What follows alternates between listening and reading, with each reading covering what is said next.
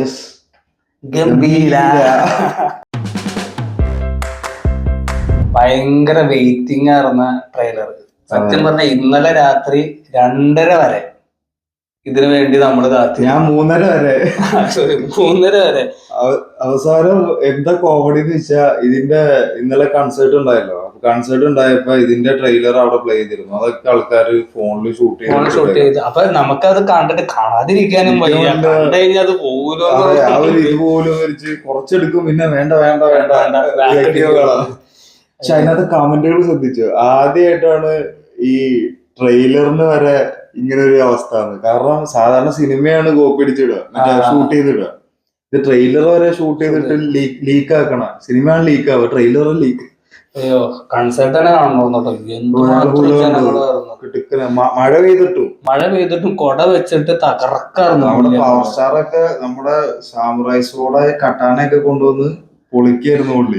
എനിക്ക് ആ മഴയത്ത് നിന്ന് പവറായിട്ട് പറഞ്ഞു. പുള്ളിക്ക് ശരിക്കും പവർ സ്റ്റാർ എന്നുള്ള പേര് അറിഞ്ഞു. പവർ എന്താ പറയാ, ഞങ്ങള് അവിടെ ആന്ധ്ര തെലുങ്കാനയിലായിരുന്നു പുള്ളിക്ക് വോട്ട് ചെയ്തത്. അമ്മാരി വർത്താനാണുള്ളൂ, രക്ഷയില്ല. ഡയലോഗ് ആണെങ്കിലും വാശിയോ. പുള്ളി തന്നെ അവിടെ കൺസേർട്ടിൽ വന്ന് അതിന്റെ മീനിങ് ഒക്കെ പറഞ്ഞു. ഭയങ്കര അടിപൊളിയായിരുന്നു കേട്ടോ. പുള്ളിയെ വാശി എന്ന് പറയുമ്പോ തന്നെ ഒരുമാതിരി രോമൊക്കെ ഒരു സംഭവം. നമുക്ക് അർത്ഥം ആ ടൈമില് മനസ്സിലായില്ലെങ്കിലും രോമടിക്കുന്ന ഫീൽ ആയിരുന്നു. എന്തായാലും ഭയങ്കര വെയിറ്റിംഗ് ആയിരുന്നു ഞങ്ങള്.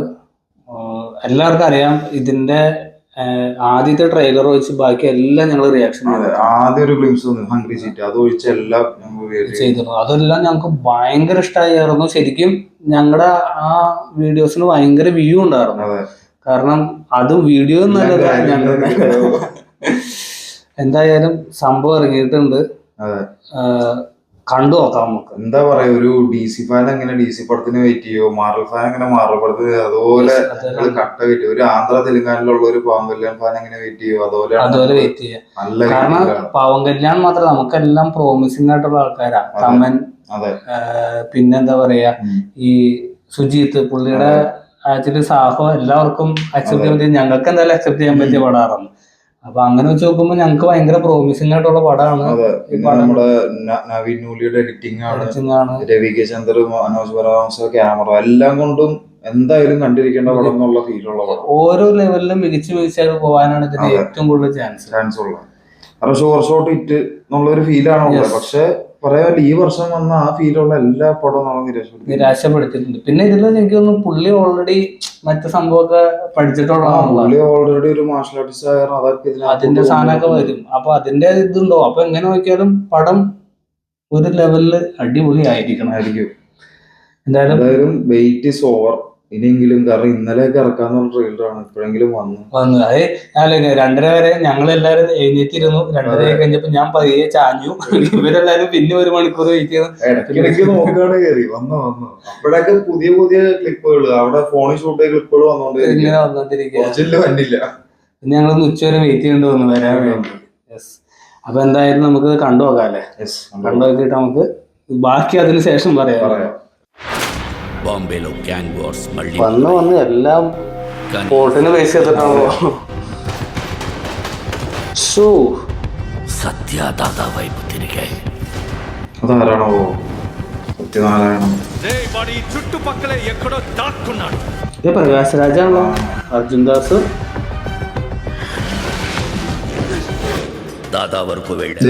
ഇവനുണ്ടല്ലേ, జారిపోతున్నాడు. ഇവന്റെ സൗണ്ട് ഇത് മറ്റേ ഇവനുണ്ടോ?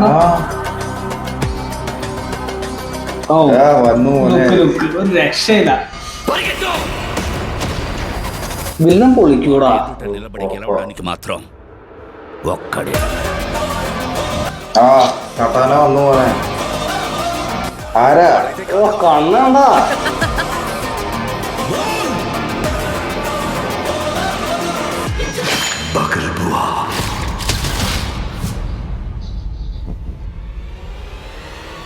ട്രെയിലർ ഒന്ന് ഇരുന്നിട്ടുണ്ട്. എല്ലാം സാരി കെട്ടി വെച്ചേക്കാണ് വൈഫിന് വേണ്ടി.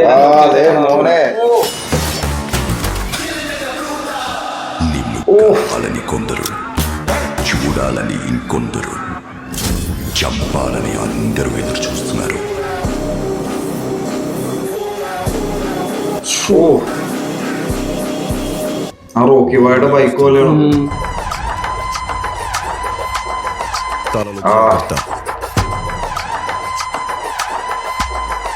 ബോംബെയിലേക്ക് വരെയാണ് സൂക്ഷ്മ. ബോംബെയിലാണ് അപ്പൊ വില്ലൻ ഇരിക്കണ. എന്റെ മോനെ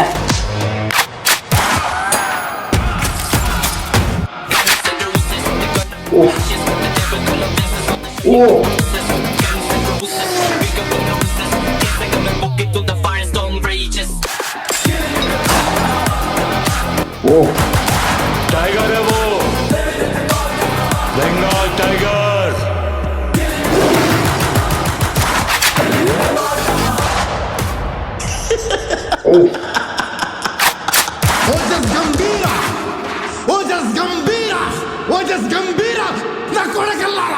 ഒരു രക്ഷയില്ല കേട്ടോ.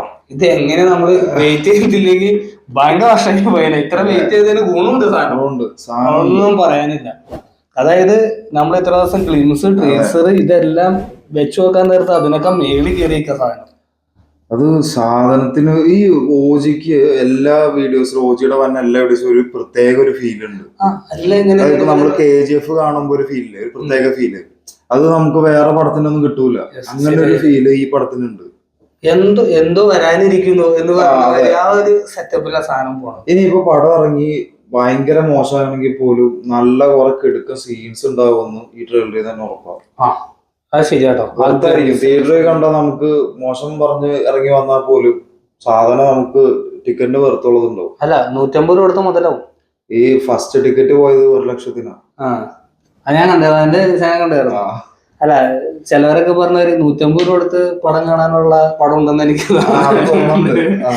അതിന് ബാക്കി പ്രേക്ഷകന്റെ ഇതുപോലെ ഡയലോഗ് ഒന്നും പോലെ കൊടുത്തു കഴിഞ്ഞിട്ട് നിങ്ങൾ വിചാരിക്കണമല്ല പടം എടുക്കണ ആ മൂടല്ല സാധനം. എന്തായാലും നമുക്ക് വേണ്ടി തന്നെ എൻജോയ് ചെയ്യാൻ വേണ്ടി പാങ്ങലെ ഫാൻസിന് വേണ്ടി ഉണ്ടാക്കിയ പടം പോലെ ഒരു രക്ഷയില്ലാട്ടോ. ഫൈറ്റ് ഒക്കെ ഉറപ്പാ. പുള്ളി ആ വാളെടുത്തിട്ട് സാമുറായുടെ സാധനം ചെയ്യണം.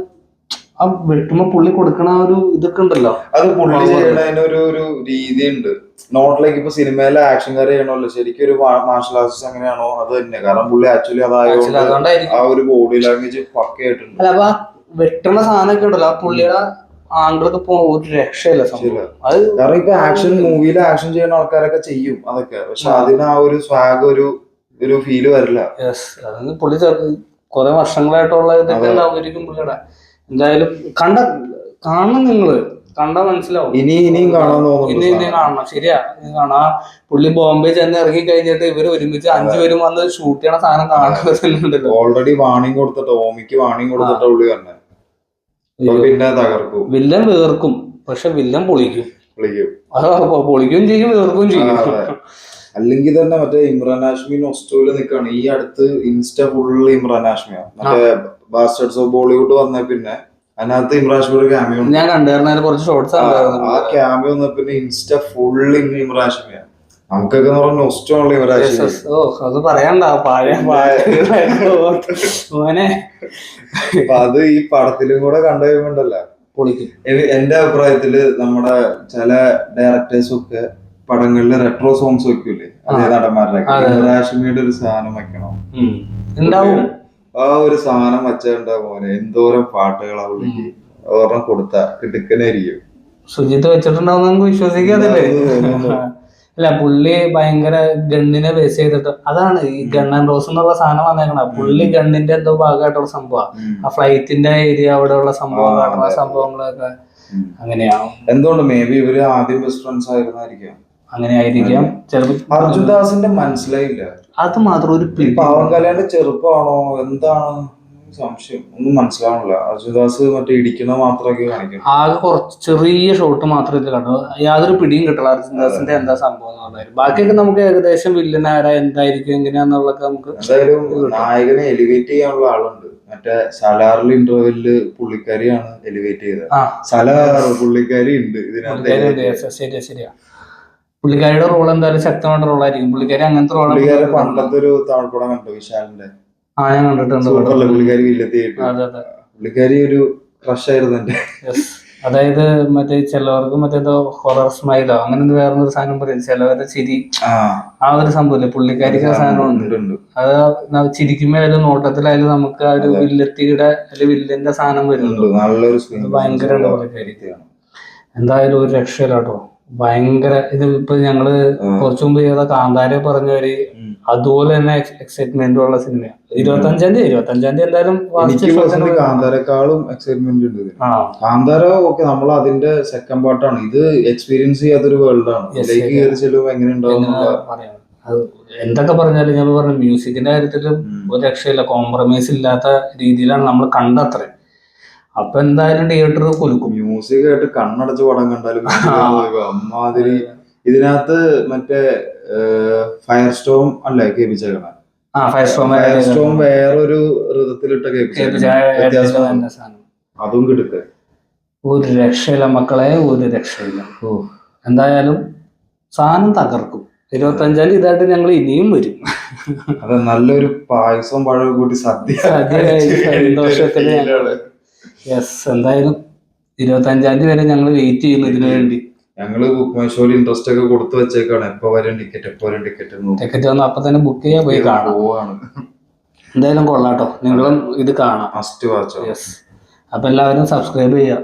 ഓജസ് ഗംഭീര.